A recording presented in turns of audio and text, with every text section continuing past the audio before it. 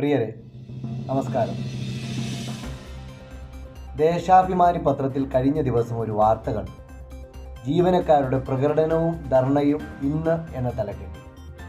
12ാം ശമ്പള പരിഷ്കരണ നടപടികൾ ആരംഭിക്കുക, ക്ഷേമബത്ത കുടിശ്ശിക അനുവദിക്കുക, PFRDA നിയമം പിൻവലിക്കുക, പഴയ പെൻഷൻ പദ്ധതി പുനഃസ്ഥാപിക്കുക തുടങ്ങിയ ആവശ്യങ്ങൾ ഉന്നയിച്ച് action council of state employees and teachers സെക്രട്ടേറിയറ്റിലേക്ക് സമരം നടത്തുന്നു എന്നുള്ളതാണ് വാർത്ത.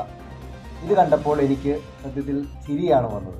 കാരണം 8.5 മാസമായി ആശമാർ സെക്രട്ടേറിയറ്റിൽ അവരുടെ 232 രൂപ 700 രൂപയാക്കണം, ദിവസ ഓണറേറിയം ആക്കണമെന്നും പറഞ്ഞുകൊണ്ടാണ് അവർ സമരവുമായി മുന്നോട്ട് പോകുന്നത്. വെയിലത്തും മഴയത്തും കിടന്നും ഇരുന്നും ഉറങ്ങിയുമെല്ലാം അവർ 8.5 മാസം ഇന്ന് കഴിഞ്ഞിരിക്കുകയാണ്. അതിൻ്റെ ഭാഗമായി കഴിഞ്ഞ ദിവസം ക്ലിഫ് ഹൗസിലേക്ക് മാർച്ച് നടത്തിയതിൻ്റെ ഫലമായി അവരെ പോലീസ് വാഹനമിടിച്ച് കൊല്ലാൻ ശ്രമിക്കുന്നതെല്ലാം നമ്മളെല്ലാം കണ്ടതാണ്. വളരെ വിഷമത്തോടെ കേരള മനസ്സ് അവരോടൊപ്പം തന്നെയാണ്.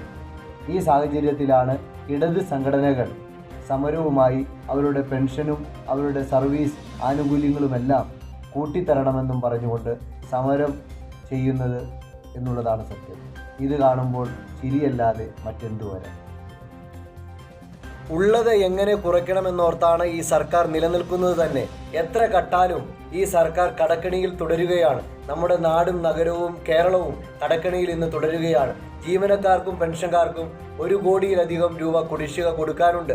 മരുന്ന് കമ്പനികൾക്ക് 400 കോടിയിലധികം രൂപ, കരാറുകാർക്ക് 480 കോടിയിലധികം കുടിശ്ശിക, സപ്ലൈകോയ്ക്ക് 2500 കോടിയിലധികം കുടിശ്ശിക, ക്ഷേമനിധി ബോർഡുകളിൽ 2000 കോടിയിലധികം കുടിശ്ശിക, സർക്കാരിൻ്റെ കരാറുകാർക്ക് 10,000-ലധികം കോടി രൂപയുടെ കുടിശ്ശിക, ഹൃദയ ശസ്ത്രക്രിയ ഉപകരണ വിതരണക്കാർക്ക് 158 കോടി രൂപയുടെ കുടിശ്ശിക, കാരുണ്യ ആരോഗ്യ പദ്ധതി വിതരണക്കാർക്ക് 1500 കോടി രൂപയുടെ കുടിശ്ശിക.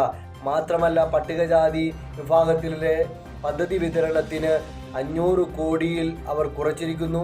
അതുപോലെ തന്നെ പട്ടിക വർഗ വിഭാഗക്കാരുടെ പദ്ധതി വിതരണത്തിൽ നിന്ന് 112 കോടി രൂപ കുറച്ചിരിക്കുന്നു. കഴിഞ്ഞ 5 വർഷമായി ഇവർക്ക് ആനുകൂല്യങ്ങളൊന്നും കൊടുക്കുന്നില്ല.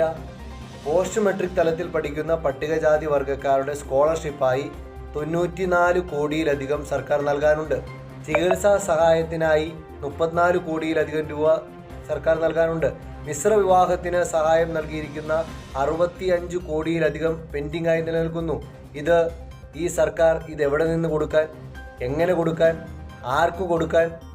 ഉള്ളത് സർക്കാർ ജീവനക്കാരുടെ ശമ്പളം എങ്ങനെ വെട്ടിക്കുറയ്ക്കണമെന്ന് പഠനം നടത്തിക്കൊണ്ടിരിക്കുന്ന സർക്കാരാണ് ഈ പിണറായി സർക്കാർ. അപ്പോഴാണ് സർക്കാർ ജീവനക്കാരുടെ ഇടത് സംഘടനകൾ അവരുടെ ശമ്പളവും ക്ഷാമബത്തയും പഴയ പെൻഷനും കൂട്ടിച്ചോദിച്ചുകൊണ്ട് സമരത്തിനിറങ്ങിയിരിക്കുന്നത്. എത്ര സമരം നടത്തിയാലും കേരളം മനസ്സ് ആശമാരോടൊപ്പമാണ്. ജീവിതത്തിൻ്റെ 2 അറ്റവും കൂട്ടിമുട്ടിക്കാൻ വേണ്ടി ഒരു ദിവസത്തെ ഓണറേറിയം കൂട്ടിച്ചോദിച്ചുകൊണ്ട് ആശമാർ തെരുവിൽ സമരം നടത്തുമ്പോൾ കേരള മണ്ണ് എന്നും അവരോടൊപ്പമാണ്, അവരുടെ മനസ്സിനൊപ്പമാണ്. അവർക്ക് വേണ്ടിയുള്ള സമരവും ചർച്ചയും കേരളത്തിൽ തുടരും എന്ന് മാത്രം പറഞ്ഞുകൊണ്ട് നിർത്തുന്നു. നന്ദി, നമസ്കാരം.